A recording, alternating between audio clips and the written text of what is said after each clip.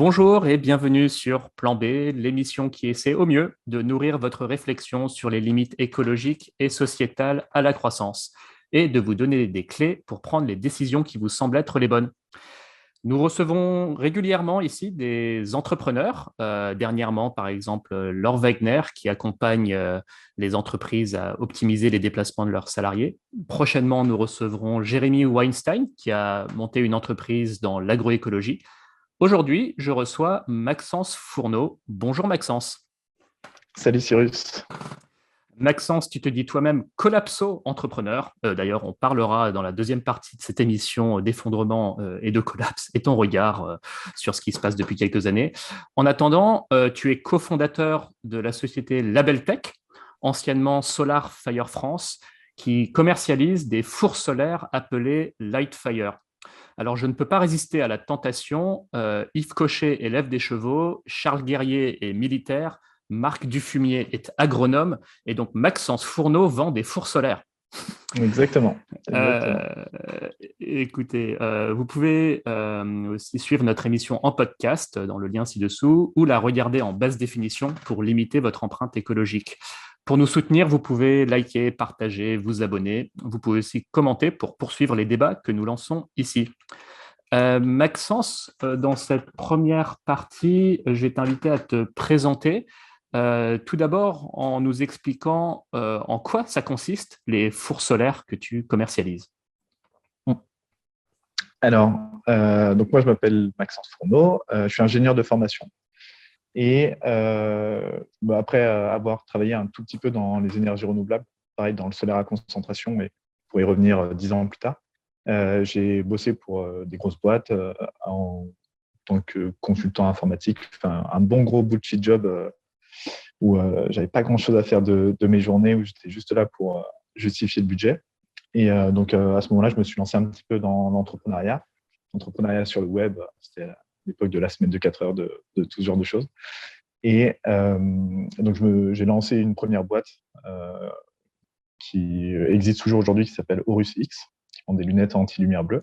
C'était ma première expérience entrepreneuriale. Et après, je me suis dit, non, mais c'était le moment où je suis tombé un petit peu dans la collapso et tout ça. Et je me suis dit, je suis en train de monter une boîte pour avoir mon petit revenu personnel, revenu universel personnel. Mais le monde est en train de s'écrouler, donc il y a certainement mieux à faire. Et donc, je me suis dit que j'allais mettre mes compétences de marketing au service des entrepreneurs qui veulent changer le monde, ou en tout cas des gens qui veulent démissionner pour se créer leur propre activité et pour ne plus faire partie du système. Donc là, j'ai monté une boîte qui s'appelle Marketing Résistant. Donc, c'est du conseil en marketing à des entrepreneurs engagés. C'est vers quelle année ça 2018. D'accord. 2019. Et suite à quoi, voilà, aujourd'hui, c'est toujours une activité que je fais aujourd'hui. Notamment, je travaille avec la société Live Mentor sur l'accompagnement d'entrepreneurs sur ces questions de marketing. Et donc, vu que j'étais pas mal présent sur LinkedIn, voilà, essayer de grossir une audience autour de ces sujets-là, j'ai la société Solar Fire Concentration avec qui je suis rentré en contact. Donc, Solar Fire Concentration, c'est la boîte finlandaise qui a développé la technologie et qui la commercialise majoritairement dans les pays du tiers-monde. Et ils m'ont dit, bah voilà, on cherche à faire la même chose sur le marché français. Est-ce que éventuellement ça te dit, tu t'y connais en marketing, tu es amoureux de nous depuis 8 ans. Je faisais partie des seuls qui promovaient, on peut dire, très, très largement leurs vidéos et leur contenu. Et donc, du coup, ouais, j'ai fondé, on est 5 à avoir fondé Solar Fire France. Et donc, l'activité de l'entreprise, c'est de développer et commercialiser des fours solaires professionnels. Donc, four, vraiment, quand je dis four, c'est à la différence de cuiseur. Souvent, on voit plutôt des cuiseurs. Donc, un four, à la différence du cuiseur, c'est une enceinte fermée. Et donc, professionnel, parce que là, on développe une puissance aux alentours de 5 kW thermique. Donc, on n'est pas du tout sur un petit truc qui va mettre 1 heure, 2 heures à chauffer, pas à chauffer, à cuire l'aliment. Là, on est vraiment sur les mêmes capacités thermiques, 300 degrés. 5 kW, c'est la capacité d'un four professionnel, un four à bois, par exemple. Voilà. Et donc, aujourd'hui, ce qu'on vise, c'est à essayer de décarboner les process de et à rendre plus résilients les process de transformation alimentaire. Donc, ça peut être la boulangerie, ça peut être l'activité de torréfaction, ça peut être la transformation, faire des bocaux, des choses comme ça. Donc, voilà, tous les usages sont à inventer, mais voilà. Donc, c'est très agroalimentaire, votre clientèle? Ouais, oui, parce que c'est quelque chose qui est plus tourné. En fait, la gamme de température sur laquelle on évolue, donc de 100 à 300 degrés Celsius, c'est les process alimentaires, c'est vraiment ça. Souvent, même on ne dépasse pas les 240 degrés. Donc, c'est parfait pour ça. Qu'est-ce que ça apporte de plus aux clients par rapport à des fours traditionnels? Alors, souvent la comparaison, alors, par rapport à du four électrique, la comparaison, ça va être peut-être le prix. Ça va être, alors souvent c'est plus une question de conviction. Après, par rapport à un four à bois, donc souvent qui est présenté comme plus écologique et tout ça, la grosse différence qu'on a, c'est on monte plus rapidement en température. Il n'y a pas besoin de manutentionner le bois, donc de couper le bois, de tout ça. Donc ça fait aussi une économie de prix. Il n'y a pas aussi toutes les fumées qu'un boulanger peut avoir. Ça dépend du type de four qu'il utilise, mais il y a des fois, il y a pas mal de fumée qui rentre dans l'habitacle. Voilà, tout ce genre de choses. Et puis aussi, les boulangeries, enfin, fours à bois, ne sont pas forcément tout le temps autorisées dans les villes parce que ça crée énormément de fumée, de particules fines. Donc, voilà. Alors, je ne dis pas qu'on va installer des fours solaires, vu leur taille, on ne va pas forcément les installer en ville, mais en tout cas, voilà, ça fait partie des éléments diminution des pollutions, diminution de la manutention, augmentation de la. Enfin, tu peux aller plus loin en termes de rapidité de montée en température. Et voilà, c'est les plus gros avantages qu'il y a, quoi. Et l'économie d'énergie. Et l'économie d'énergie, bien sûr. Et puis, on va y revenir sur aussi l'aspect low-tech du produit. Juste, tu parlais de prix, c'est-à-dire quoi? Vous êtes plus cher que le four traditionnel, moins cher? On est plus cher, on est un petit peu plus cher. Alors, on ne communique pas les prix publiquement parce que ça varie vachement en ce moment, notamment à cause des matériaux et tout ça. Mais on est un petit peu plus cher. Après, nous, ce qu'on vend, c'est que même tu vois, le four à bois de l'atelier paysan de petite taille. Donc, l'atelier paysan, c'est une boîte qui fait pas mal d'outils agricoles autoconstruits pour les paysans, ou les artisans. Et eux, leur four solaire, tu vois, ça vaut 5-7 000 euros. Par contre, la durée de vie, c'est pas au-delà de 10 ans, quoi. Ça dépend de l'usage que tu en as, mais tandis que nous, on se fonctionne vraiment sur, vu qu'il n'y a pas de combustion, il y a peu de corrosion, c'est de matériaux haute qualité, c'est fait par une boîte française, vraiment qui prend très soin à ça. Et vu qu'on n'a pas de pièces qui sont tournantes, on a très très peu de pièces d'usure. Et du coup, en fait, le truc est là pour durer des années et des années, quoi. À un moment, j'avais fait un post sur LinkedIn où j'avais dit moi, mon rêve, c'est de pouvoir rencontrer, quand j'aurai 100 ans, d'aller voir la première Lightfire qu'on a vendue, et lui taper sur le flanc et lui dire, voilà, 100 ans après, tu es encore là, tu vois. Ah oui, c'est tout le mal qu'on te souhaite.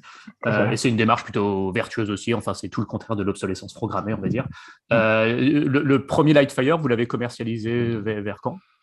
Alors, la première Lightfire Deluxe, c'est pour le marché français. Vraiment, ça a été commercialisé l'année dernière. Donc, c'était 2000. Alors, non, la toute première, c'est Arnaud Créteau, du coup, qui se l'est installé chez lui. Donc, c'est un peu le fondateur, le premier boulanger solaire européen.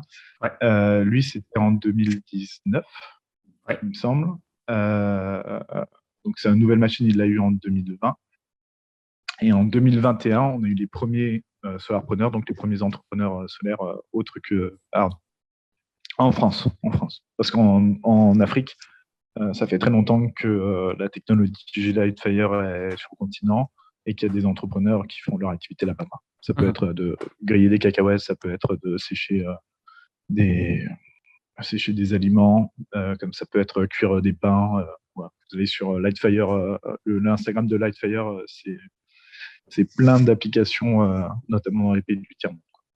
Oui, d'ailleurs, et si on peut développer un petit peu là-dessus, comment est-ce que vous approchez d'éventuels clients en Afrique subsaharienne ou ailleurs, et quels sont les besoins auxquels vous pourriez répondre? Alors c'est pas tellement notre partie. Nous, on est vraiment axé sur le marché français, donc ce serait plus à l'équipe finlandaise de répondre à ces questions. Ouais. Maintenant, pour donner dans les grandes lignes, actuellement, le développement, il était surtout fait avec des associations en local. Donc, en fait, là, le but, c'était que la tech soit fabriquée vraiment par les locaux avec des matériaux locaux. Et donc, du coup, en fait, le modèle, c'était pas on vend une machine, parce que la livrer depuis la Finlande, ça n'aurait pas eu de sens. C'est on envoie un gars. Donc là, ce gars, c'est Laurine Symington. Dans une communauté, lui, il va sourcer les produits, il trouve des gens pour fabriquer, il fabrique le four, il forme les femmes entrepreneurs à l'entrepreneuriat, à l'utilisation d'énergie solaire et tout ça. Et ensuite, le projet est autonome. Du coup, c'était plus une prestation plutôt qu'un four. Donc ça a marché comme ça pendant presque 10 ans. Et là, il y a un peu un virage qui est en train de se faire où ce que va chercher à faire, c'est SolarFire, c'est de créer des antennes locales, donc dans différents pays, par exemple le Cameroun, le Burkina Faso, ou là où il y a potentiellement des moyens de production. Et donc là, ce serait de créer des sous-antennes qui vont essayer de développer le marché local. Mais c'est des choses qui évoluent très vite en fonction de tout un tas de choses. Donc voilà, là, c'est une indication, mais qui est valable qu'à l'instant T avec mes mots. D'accord. Et donc oui, le but, c'est de... Là, aujourd'hui, c'était très axé donc que les assos locales s'emparent de la tech, forment les gens pour créer de l'entrepreneuriat, pour faire de l'empowerment féminin, donc libérer les femmes au niveau de la corvée de bois ou au niveau monétaire. Mais bon, ça va au-delà de ça. Ça va au-delà de ça aujourd'hui, quoi. Alors, ça fait la transition, quand tu parles d'empowerment, vers question des low-tech. Alors, je ne résiste pas à la tentation de projeter quelque chose quand même. Donc, Ouais. là, pour ceux qui sont en vidéo, ils voient mon écran avec un schéma produit par notre ami Arthur Keller et notre autre ami Émilien Bournigal sur les composantes de la low-tech. Si vous êtes en podcast, je vous mets le lien dans la description pour ce schéma-là. Mais c'est 3 grandes dimensions et 9 sous-dimensions de la low-tech. Donc, bon, on ne va pas toutes les commenter et faire le lien avec ton activité Maxence, mais justement, alors, soit au regard de ce schéma, soit en général, qu'est-ce qu'il y a de low-tech dans Lightfire? Alors, il y a des évidences, j'imagine, mais si on reprend bien les choses, par exemple, sur l'aspect sobriété ou sur l'aspect origine des matériaux. Ouais. Alors, sur la sobriété, alors, il y a la sobriété dans l'usage et la sobriété dans la construction. Enfin, donc, la sobriété sur l'ensemble du cycle de vie. Et là, dans cet aspect sobriété, aussi, il y a la notion presque pas de juste à temps, mais le fait de faire du stock efficace. Par exemple, souvent, on nous dit, oui, mais par exemple, l'énergie solaire, elle est fluctuante, donc, elle est intermittente. Donc, comment vous faites pour stocker la chaleur? Et les gens s'attendent à ce qu'on leur réponde, une batterie, s'ils s'y connaissent un petit peu, des sels fondus. Et nous, ce qu'on répond, c'est non, on stocke l'énergie dans le produit fini. C'est-à-dire que si on torréfie des graines, par exemple, quand on les torréfie, l'énergie est stockée là-dedans parce qu'on passe d'un produit avec une DLC, enfin une date limite de conservation qui va être courte, à une date longue. Donc en fait, souvent on n'y pense pas. Donc rien que ça, au niveau de est-ce qu'on peut appeler ça de la sobriété, c'est d'utiliser les jours de soleil. Donc en fait, de faire avec ce qu'on a. Moi, j'aime bien cette notion de sobriété, c'est de faire avec ce qu'on a et sans essayer d'aller chercher un peu plus loin. Comment on le fait pour créer quelque chose qui a de la valeur dans le temps. Tout à fait. Donc l'idée, c'est effectivement faire avec l'intermittence. Donc, si je comprends bien, il n'y a pas de dispositif de stockage. Mais lorsque le soleil est là, lorsqu'il brille, on puise un maximum de son énergie et on crée quelque part des produits alimentaires qui stockent de l'énergie pour une fois que le soleil se couche, quoi. Exactement. Et donc on se nourrit de cette énergie solaire qui a été en quelque sorte transférée, je ne sais pas si c'est le bon terme, mais vers la nourriture, quoi. Exactement. Ouais. Exactement. Super. Okay. Alors ouais, le terme de stockage est peut-être. Alors, je sais pas non, pas abusif, mais ça me choque pas. Non, voilà. ça me choque pas. Il est utilisé de manière un peu analogue pour d'autres procédés. Non, je comprends très bien. Donc voilà. Après, sur l'origine des matériaux et tout ça, donc là, nous, on travaille, les 2 cofondateurs de la société française il y en a deux qui sont en Normandie et qui sont aussi gérants d'une société qui s'appelle CPM Industrie, qui, elle, fait de la chaudronnerie. Donc, la chaudronnerie, c'est le travail des métaux, travail mécano-soudé des métaux. Et donc, eux, leur métier, c'est de transformer le métal. Du coup, ils ont c'est eux qui fabriquent. Et du coup, ils ont leur approvisionnement qui est majoritairement français. Après, voilà, dire que l'acier est français, non, on n'a pas tant que ça de mine de fer, donc ça a ses limites. Mais en tout cas, le gros de la production, enfin toute la production est faite en France.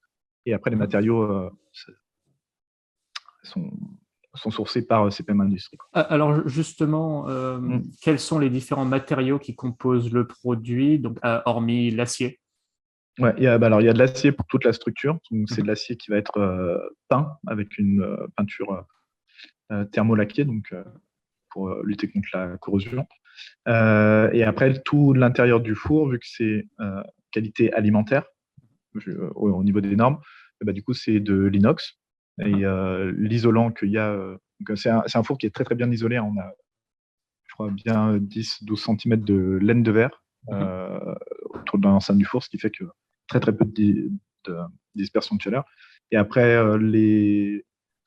on a du coup des miroirs. Donc, c'est vraiment des miroirs comme des miroirs de salle de bain. C'est pas du métal poli ou Donc, c'est les miroirs qui servent à concentrer l'énergie du soleil. Exactement. En fait, c'est comme ils ne sont pas forcément familiers avec le solaire à concentration. Ouais, c'est ça. C'est des écailles. On peut voir ça comme des écailles de, on va dire, 30 cm sur 20 cm de large. Il y en a 58 de mémoire.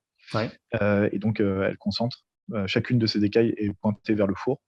Et donc, du coup, ça concentre la chaleur du soleil là-bas. Et donc, chacune de ces écailles est faite avec un miroir, équivalent à un miroir de salle de bain. C'est un peu plus fin. On lui donne une légère flexion pour concentrer encore plus les rayons du soleil. Donc, finalement, en termes de complexité, après, c'est assez limité. Alors, je ne dis pas qu'au Moyen-Âge, on aurait pu produire la même chose, pour prendre un point de référence qui vaut ce qui vaut.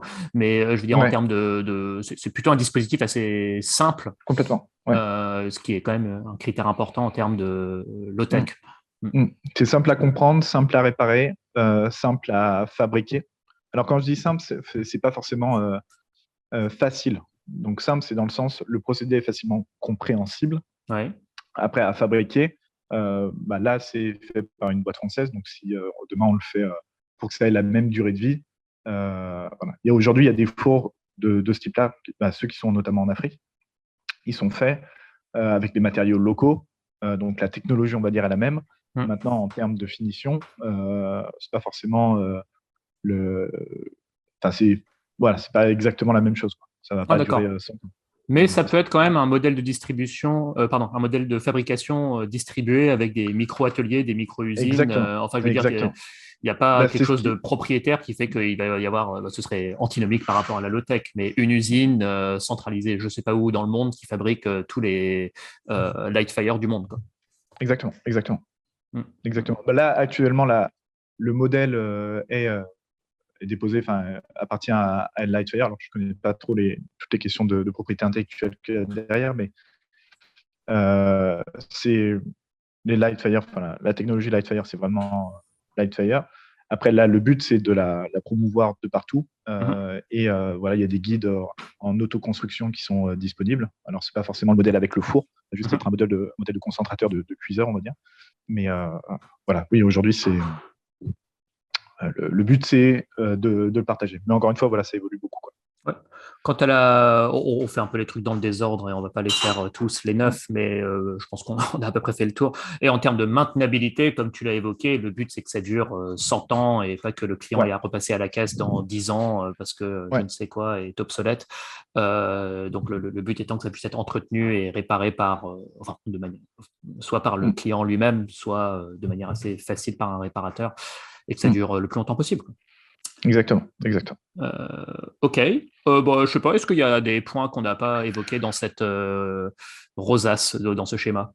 Non, moi, ce que j'aime bien, c'est le côté empouvoirment, comme il le dit. Et c'est que, donc, le côté low-tech, il y a aussi le côté le fait qu'une technologie soit simple, elle est libératrice en soi, dans le sens où si on n'a pas besoin d'un service après-vente constitué d'une bardée d'ingénieurs pour réparer le produit, du coup, on est capable de le faire soi-même. Et donc, on est moins dépendant. Voilà. Et donc là, on est moins dépendant au niveau énergétique, au niveau technologique. Au niveau de la fabrication, voilà, on peut réparer soi-même, on peut la bricoler soi-même. Là, les premiers utilisateurs qu'on avait, ils avaient un petit défaut, ils l'ont corrigé eux-mêmes avec les instructions qu'on leur donnait à distance. Donc, voilà, il y a ce côté empowerment. Et alors, il est essentiel, notamment en Afrique, parce que eux, ça leur permet vraiment d'avoir une activité économique et de libérer les femmes et plein de choses. Mais même ici, tu vois, si je vais même un camp plus loin, on a beaucoup ceux qui viennent nous voir là, qui sont très enthousiastes. C'est tous les boulangers ou anciens boulangers qui avaient l'habitude de se lever à 3 heures du mat, préparer leur pain, vendre pendant la journée. Enfin, un travail vraiment éreintant, avec notamment éreintant parce que c'est un système qui est vraiment basé sur la dette. Les gens sont obligés de s'endetter à 200 000 euros pour acheter le fonds de commerce, pour acheter les machines, le frigo, le malaxeur et tout ça. Et en fait, avec le modèle qu'a développé Arnaud Plutôt, sur le côté boulangerie solaire, du coup, lui, il fait son pain la journée. Vu que c'est des pains qui dépendent de l'intermittence et du soleil, du coup, c'est des pains de longue conservation, donc c'est des pains au levain. Donc, du coup, il a développé une clientèle qui est intéressée par le pain au levain, par la conservation. Et donc, du coup, en fait, lui, il a un modèle qui est extrêmement bas en termes de demande de capitaux. Il autofinance tout. Si tu veux, son investissement en tout, ça doit représenter 30 000 euros. Ah oui. On parle à 200 000 euros. Donc, il y a ce côté-là, empowerment aussi, on libère par rapport au système actuel qui est hyper ancré dans des schémas qui souvent asservissent les entrepreneurs. Nous, on a tendance à dire, au-delà de la tech, il y a un usage derrière, il y a un modèle économique, un business model, si on veut jouer les écoles de commerce, qui est différent. Parce que les contraintes sont différentes, donc la créativité a évolué différemment, et donc les solutions sont différentes. D'accord. Merci Maxence, c'est vraiment intéressant d'avoir fait ce petit tour d'horizon. Non, moi, sur Lightfire, j'ai posé les questions que j'avais en tête. Je ne sais pas si ça te va de parler plus largement des questions de limites planétaires et d'effondrement. Avec plaisir. Oui, alors, bon, énergie solaire, est-ce que tu penses que ça va sauver l'humanité? Et si oui, dans quelles conditions? Voilà, on a certaines personnes qui nous suivent qui sont un peu technophobes. Dès qu'ils voient une quelconque innovation, ils sortent la croix. Bon, là, je pense qu'on les a quand même plutôt rassurés sur le fait qu'on n'était pas non plus voilà, des techno-illimitistes. Voilà, ton avis sur globalement ce que l'énergie solaire peut apporter à l'humanité et à minima atténuer la chute. Ouais, alors moi j'ai un avis très personnel, particulier sur la question. C'est pas mon avis n'engage que moi, pas forcément l'équipe d'ailleurs de SolarFire. Moi je pense que l'énergie solaire, en tout cas comme elle l'est fait aujourd'hui, elle mériterait beaucoup plus d'être thermique que d'être photovoltaïque. Donc je pense qu'il y a un énorme gisement là-dessus à trouver. Thermique dans le sens où aujourd'hui 50% de nos besoins énergétiques sont de la chaleur. Donc on parle de décarboner l'électricité dans un pays où en France elle est déjà assez peu carbonée. Donc certes, il faut électrifier les transports, électrifier certains usages qui demandent une énergie mécanique ou électrique. Donc par exemple, le transport c'est une énergie mécanique, donc c'est logique de faire de l'énergie électrique là-dessus et de ne pas passer par de l'énergie chimique comme le pétrole ou la chaleur. Maintenant sur beaucoup d'usages, notamment dans l'industrie agroalimentaire, dans l'industrie tout court, il y a quand même beaucoup des usages qui sont de la chaleur directe. Donc là, ne pas utiliser la chaleur du soleil, c'est un petit peu... alors, ça se comprend dans le sens où, pareil, il y a de l'intermittence et tout ça, donc on n'a pas forcément envie d'avoir une industrie qui ne fonctionne que quand il y a du soleil. Mais et même, tu vois, la chaleur, c'est quelque chose qui est beaucoup plus facilement stockable. L'électricité est facilement transportable, mais très peu stockable, tandis que la chaleur, elle est difficilement transportable, mais très facilement stockable. Mettre 300 degrés dans des sels fondus et le réutiliser plus tard, c'est hyper facile. À isoler, c'est hyper facile. D'accord. Hyper low-tech. Par contre, c'est difficilement transportable. Les réseaux de chaleur, on perd rapidement on n'est pas sur des hautes températures, on perd largement. Tandis que l'électricité, c'est l'inverse. Et donc, du coup, quand on a une usine, potentiellement, si on a un four d'eau déo derrière cette usine, qu'on stocke toute la chaleur et que du coup on lisse la production par rapport à ça, ça peut être beaucoup plus intelligent que de faire venir de l'électricité de loin et d'ajouter cette intermittence sur l'électricité. Donc voilà, donc en fait, moi je fais partie peut-être des seuls enthousiastes. Je suis très enthousiaste par rapport à l'énergie solaire, notamment l'énergie solaire thermique. Mais est-ce que c'est elle qui va sauver le monde? Je pense si elle peut sauver le monde, elle le sauve que à 20-25% de nos besoins énergétiques actuels. C'est-à-dire que le besoin en électrification, aujourd'hui, je pense, mon avis personnellement, c'est que ça passe beaucoup plus par des technologies comme le nucléaire que par de l'intermittence électrique. L'intermittence électrique, c'est quelque chose dont je crois assez peu, quoi. D'accord. Est-ce qu'on peut creuser un peu là-dessus? C'est-à-dire si ton mix idéal, alors avec toutes les nuances, parce qu'il n'y a pas de mono-solution, mais sur la partie chaleur, principalement du solaire thermique, et sur la partie électricité, plutôt du nucléaire. Si on peut reballer les différents usages, hormis de l'agroalimentaire, où le solaire thermique et donc la chaleur intermittente pourraient s'appliquer pour qu'on se projette un petit peu dans le monde que tu imagines, hormis l'agroalimentaire. Alors, c'est pour ça, en fait, il y a aussi comment ils s'appellent, les Islandais qui sont très forts à ça, parce que la gamme de la température de la géothermie, c'est à peu près la même que la gamme de température que le solaire thermique.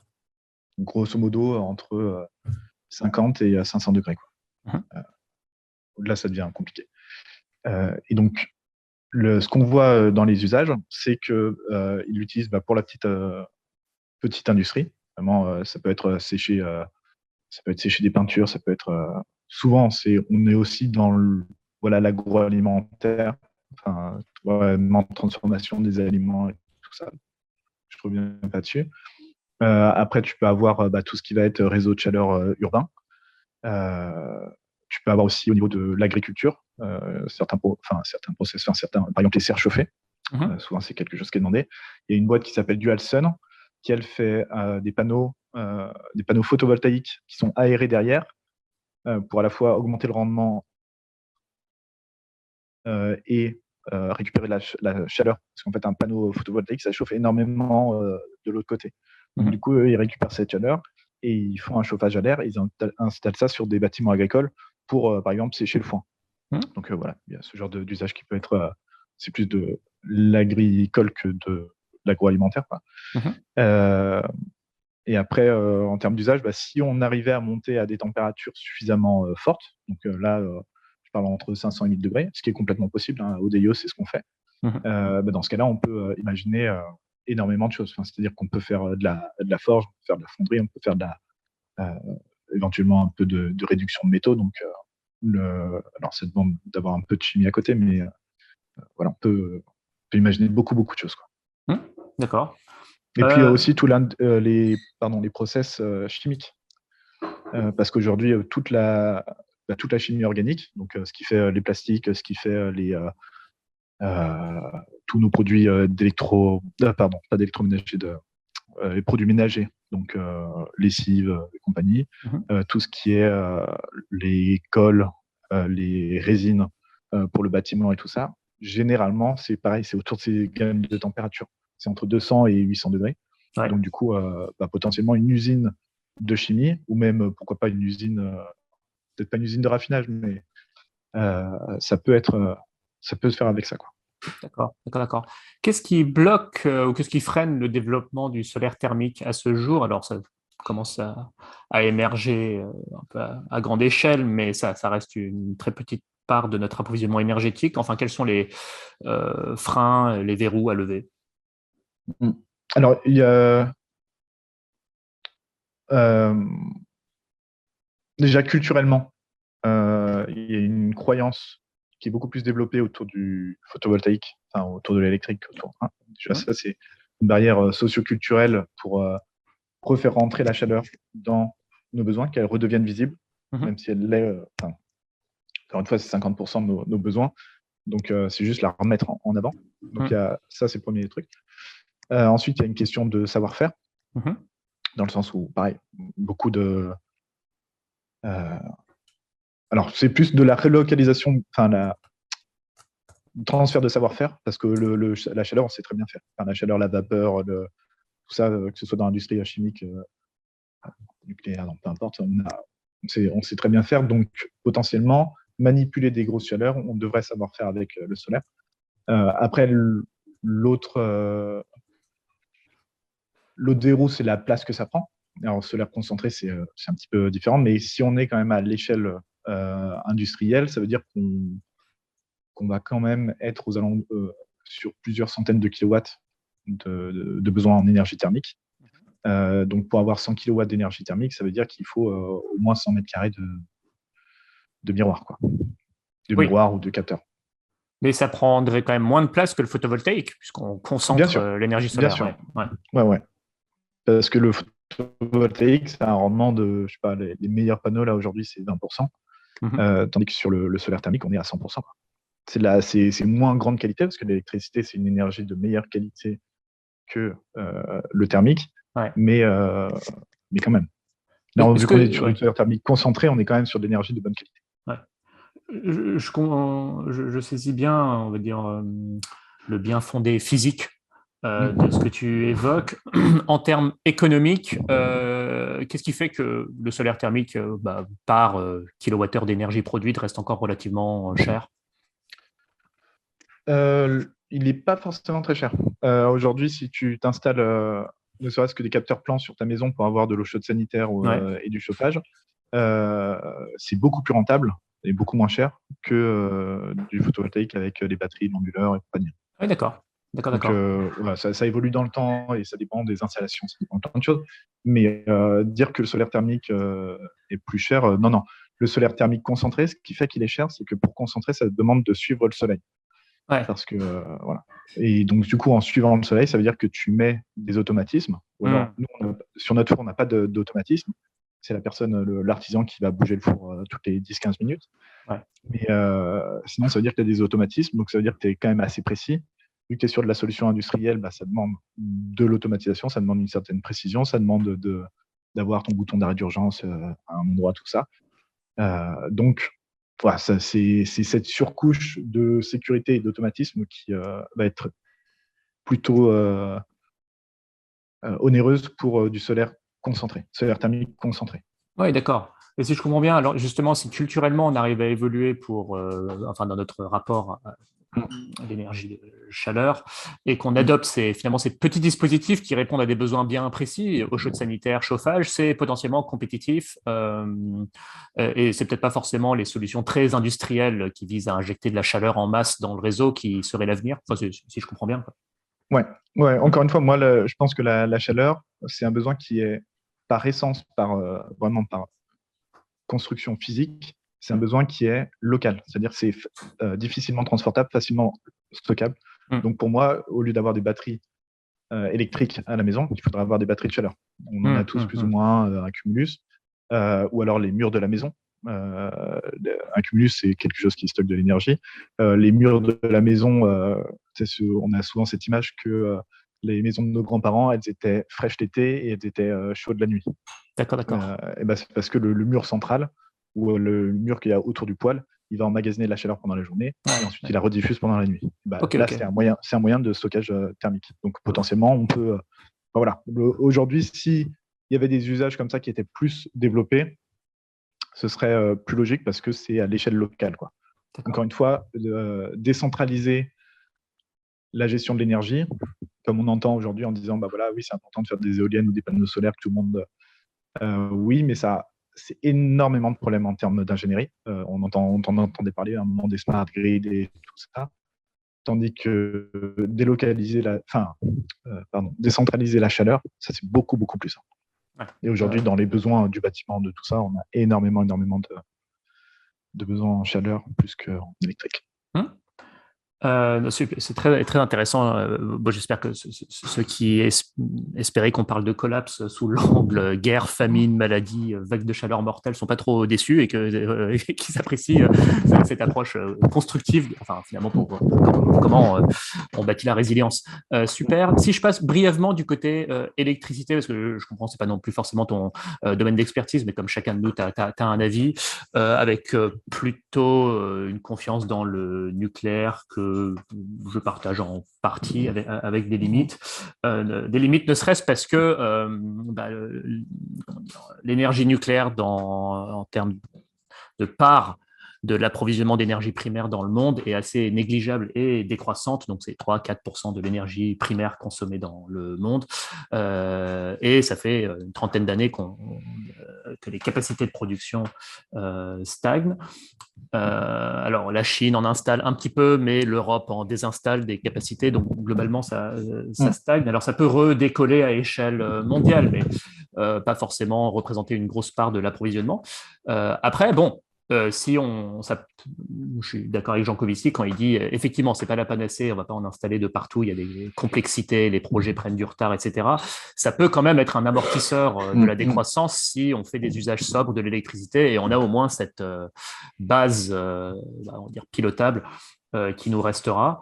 Et en ce sens-là, la France, qui aujourd'hui 70%, demain peut-être 50% de son électricité vient du nucléaire, en cela, la France est potentiellement mieux lotie que des pays qui vont vers un mix électrique, soit intermittent, soit basé sur le gaz, avec les vulnérabilités qu'on peut imaginer de part et d'autre.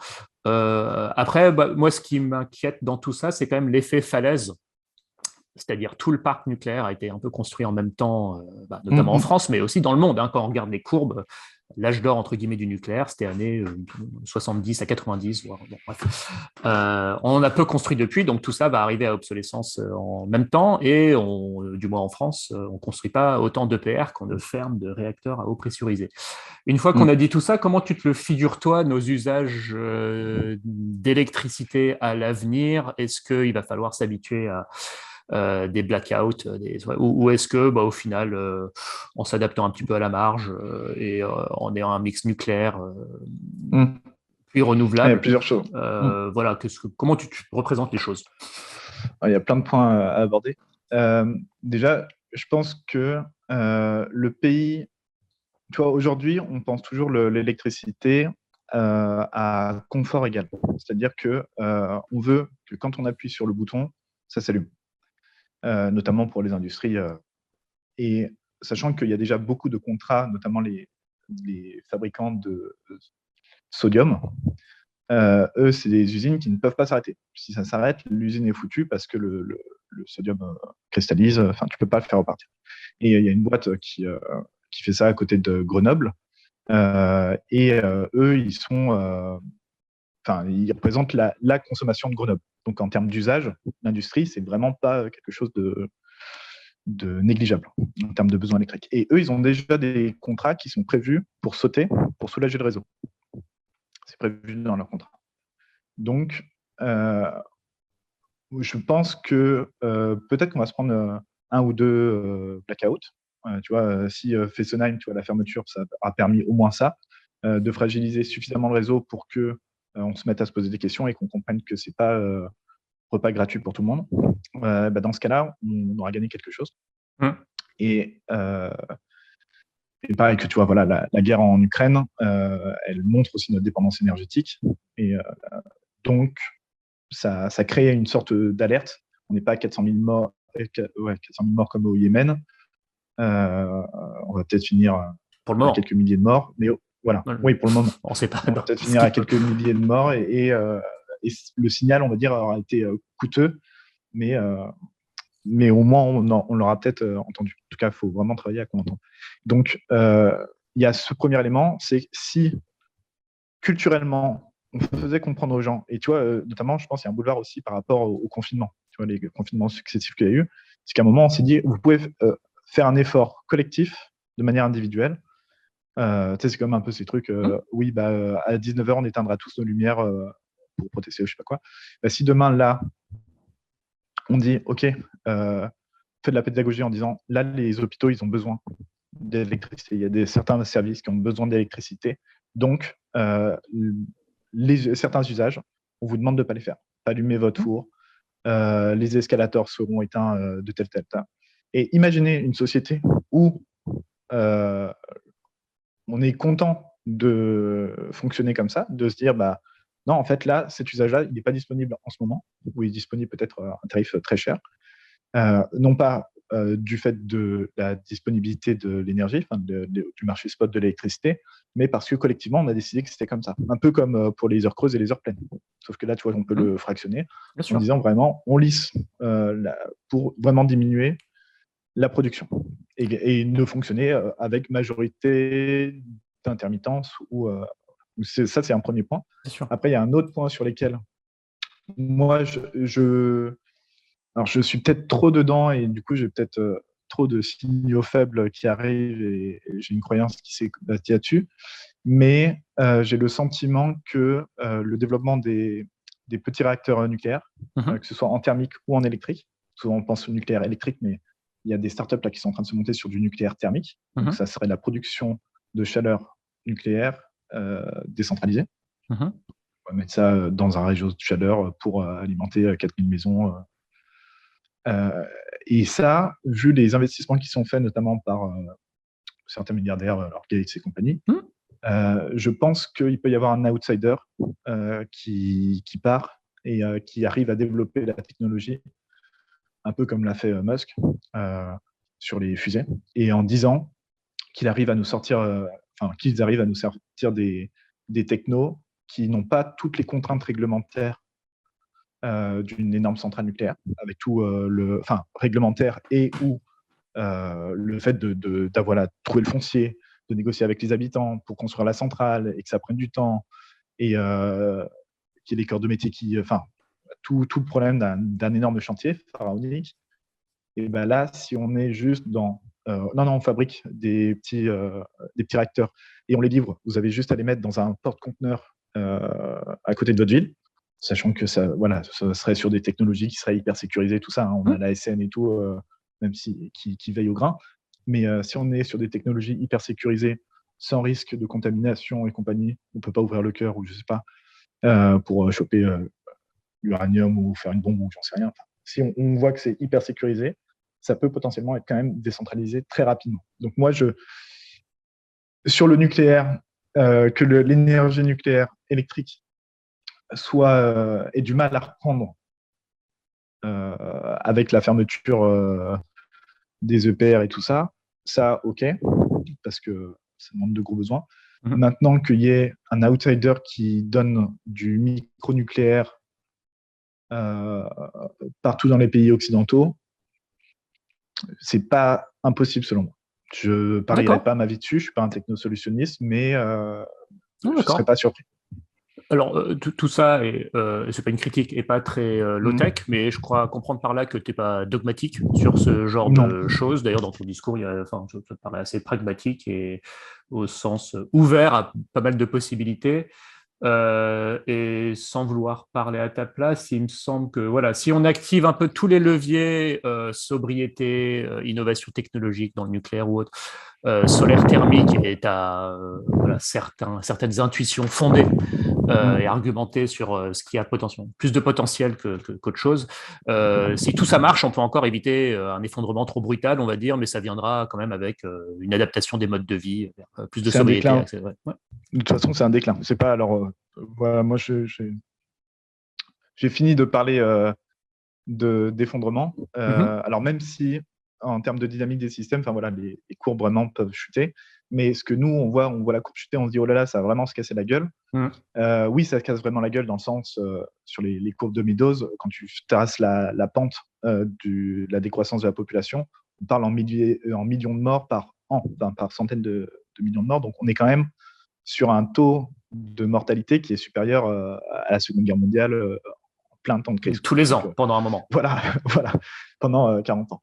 Donc on n'est pas sur quelque chose de négligeable, mais quand on parle effondrement, on a vraiment la série effondrement des parasites, tu vois, qui vient à l'esprit, en mode ça peut s'arrêter du jour au lendemain. Et ça, autant j'y croyais à mes débuts, tu vois, il y a en 2019 et tout, 2018-2019. Mais autant là maintenant, tu vois, notamment avec le Covid, je dis, OK, non, le système est vraiment très résilient. Et donc, il y aura toujours des efforts considéraux qui seront faits pour continuer la partie, quoi. Donc, ça sera plus un déclin des effondrements, voilà, en marche d'escalier, que vraiment un gros effondrement. Et donc, dans ce déclin, du coup, c'est l'inclinaison de la pente qui varie, quoi. Et effectivement, si les Russes ils ferment le gaz, s'il y a une guerre nucléaire, qui vise leurs installations ou j'en sais rien, la courbe, oui, elle va être comme ça. Si il y a Gates et compagnie qui développent des petits moduleurs électriques de génération électrique nucléaire, dans ce cas-là, la courbe elle sera peut-être plus comme ça, quoi.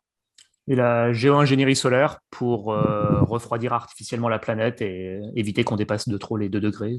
Quelque chose qui te fait peur, quelque chose où tu te dis c'est potentiellement inévitable à un moment, foutu pour foutu. Enfin, je suis pas aussi bien documenté que toi là-dessus. Moi, il y a toujours un truc qui m'a un peu je me suis toujours posé la question, c'est pourquoi est-ce qu'on n'augmente pas considérablement l'albédo de la planète en peignant tous les toits en blanc? Non, ça a été étudié, c'est inefficace. Non. Ou alors planter des cultures plus claires, donc des céréales plus claires, des choses comme ça. Non, mais ce que tu dis aussi, peindre les toits en blanc, effectivement. Je ne saurais pas rentrer dans les détails, mais ça on n'est pas sur les bons ordres de grandeur. Ouais, ça prend pas. Non, par rapport à un bon gros cumulonimbus par rapport à un cumulus de plusieurs kilomètres carrés. Okay. Non, mais c'était pas.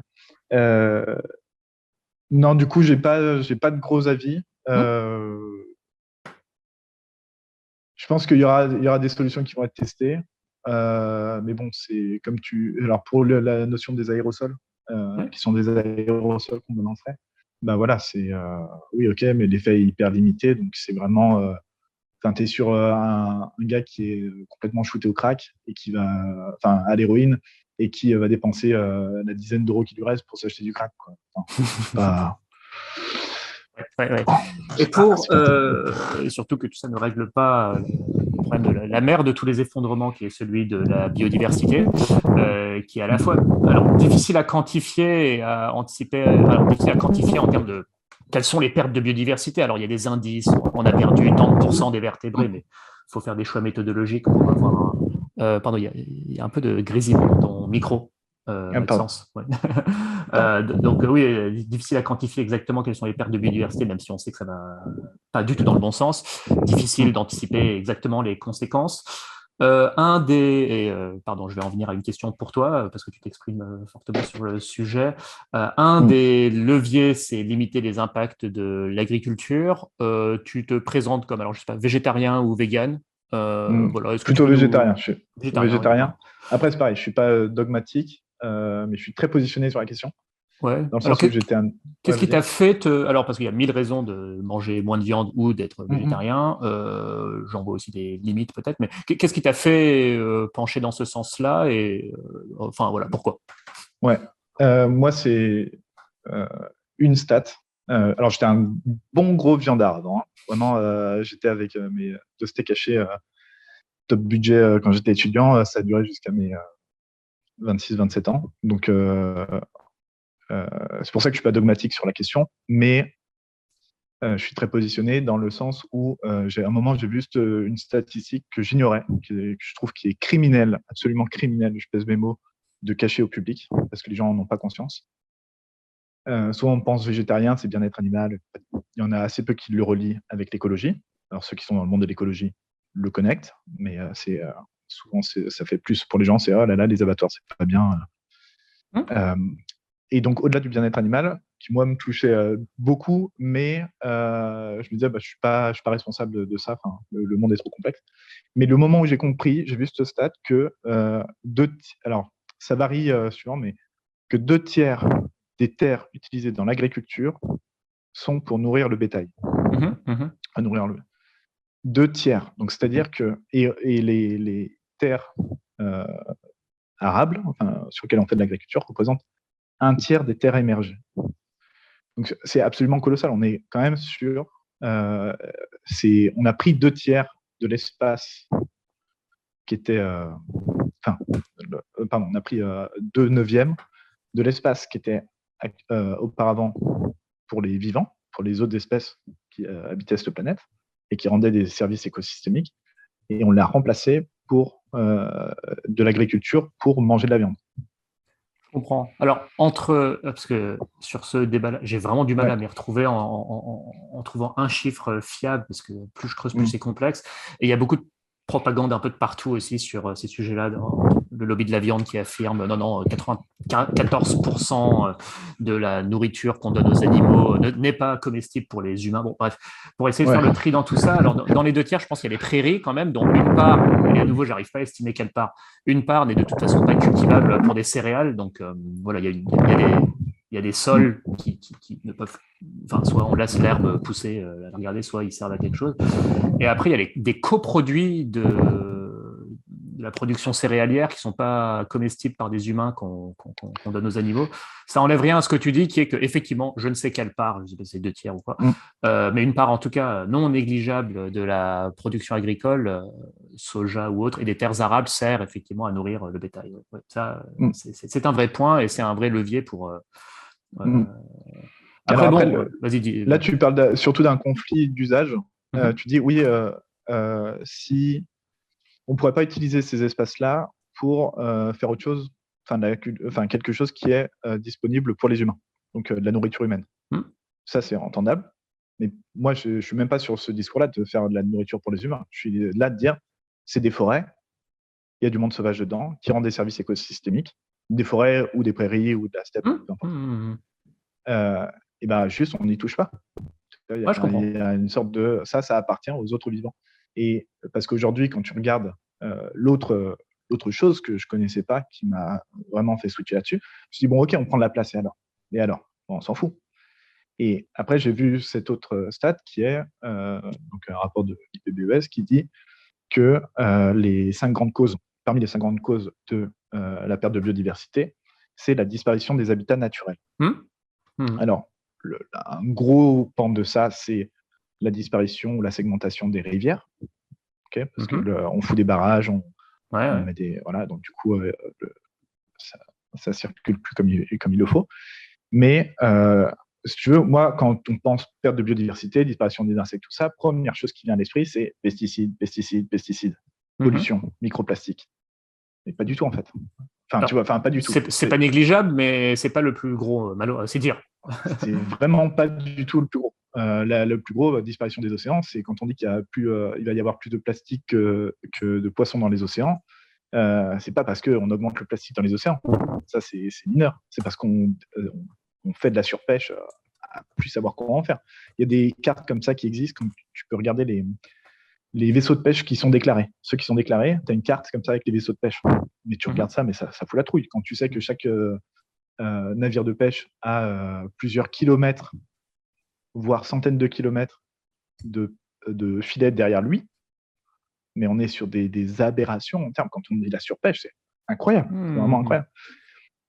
Et donc, voilà, tu vois, on a la surpêche, on a certaines pollutions. Donc là, les pollutions, mais c'est même pas forcément les pollutions microplastiques, ça va être pollution aux métaux, aux algues vertes, ce genre de choses. Les algues vertes, mais c'est les engrais qui finissent, les effluents agricoles, on va dire, qui font bien plus d'ailleurs que de mal que du microplastique. Et le microplastique, on sait très bien le voir, mais on ne sait pas exactement. Ça désoxygène les côtes, ça crée des zones mortes, hypoxiques près des côtes. Enfin, c'est l'eutrophisation de l'eau, voilà, avec la mort des animaux côtiers et la biodiversité proche des côtes est particulièrement riche. Bon. Voilà. Et donc, ce que je veux dire, c'est que du coup, le fait de dire on prend de la place, et le fait de prendre de la place, et ben, du coup, on supprime tous les corridors naturels, tous les corridors écologiques, toutes les interfaces. Tu vois, avant, on faisait des champs avec des haies, et en fait, ce qu'il faut voir, c'est que la biodiversité, elle est riche aux zones d'interface. C'est-à-dire, tu prends juste un champ, il n'y a pas beaucoup de biodiversité, tu prends un champ avec un bosquet au milieu, c'est là où tu vas avoir le plus de biodiversité, parce que c'est là où il y a Bon, alors, à exception faite des forêts amazoniennes ou des choses comme ça, où là, tu as vraiment. Enfin, forêt tropicale, où là, tu as de la biodiversité de partout. Mais encore, tu vas en avoir peut-être un peu plus le long des cours d'eau ou quand il y a une variation de relief, peu importe. Ce que je veux dire, voilà, le fait de détruire les habitats naturels pour occuper de l'espace, tu vois, aujourd'hui, on parle vraiment de l'artificialisation des sols, de l'urbanisation. D'ailleurs, artificialisation des sols, il me semble que dedans, il y a la notion agricole dedans. Et puis, une bonne partie de la déforestation est liée à l'élevage, une autre bonne partie de la déforestation à la culture d'huile de palme. Enfin, voilà, tout ça, c'est un peu lié à ce qu'on mange. Une part liée au labour excessif, donc qui tue la vie dans le sol, les vers de terre, les champignons. Bon, bref, il y aurait de quoi dire. Voilà. Il y a un gros argument aussi sur les forêts. On dit que la forêt est en expansion en France. Non, c'est des champs d'arbres, c'est pas une forêt. C'est des monocultures d'arbres qui sont en expansion. Voilà. Avec des pesticides pareils à l'intérieur. Donc, ils disent que c'est géré durablement et tout ça. C'est géré durablement dans le sens on a assez de bois et on aura assez de bois à l'avenir. Mais c'est pas géré durablement en sens biodiversité où ça n'a pas de commune mesure avec une forêt primaire. On est bien d'accord. Voilà. Je pense qu'aujourd'hui, le vrai impact qu'on a, aujourd'hui, quand on pense écologie, on pense pollution, on pense énergie, alors que la question mère dans tout ça, c'est la question de l'empreinte au sol. C'est-à-dire, plus on prend de la place, plus on dégrade l'environnement. Au sol et dans les océans, quoi. Juste une des dernières questions, Maxence, quand même. La place des animaux d'élevage, quand même, parce que bon, si tout le monde devient végétarien, c'est la question classique qu'on pose.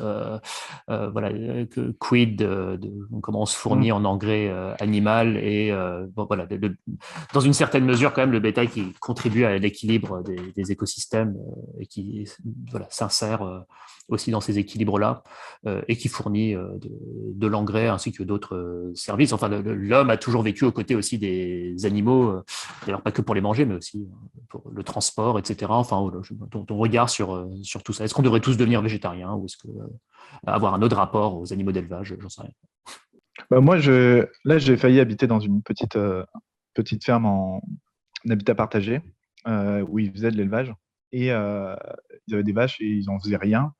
Au final, elles sont passées à la casserole quand même, mais ils n'en faisaient rien parce qu'elles étaient trop nerveuses pour qu'on puisse leur traire leur lait. Elles se débattaient, donc c'était dangereux. Et donc, du coup, en fait, pendant 6 mois, ils les ont eu juste à brouter l'herbe. Et en fait, moi, c'est un peu je trouve ça dingue qu'on envisage le fait d'avoir un chien, un chat, des hamsters, qui sont des consommateurs de ressources pour nous tenir compagnie, et qu'on les garde sur toute leur durée de vie, alors que c'est des frais forts sur un foyer, que ce soit pour le vétérinaire, que ce soit pour la bouffe. Et on est incapable de se projeter dans le fait d'avoir des animaux d'élevage qu'on ne mange pas, ou qu'on mange en fin de vie. Tu vois, il y a une différence entre le fait, si on a besoin d'effluents pour les animaux,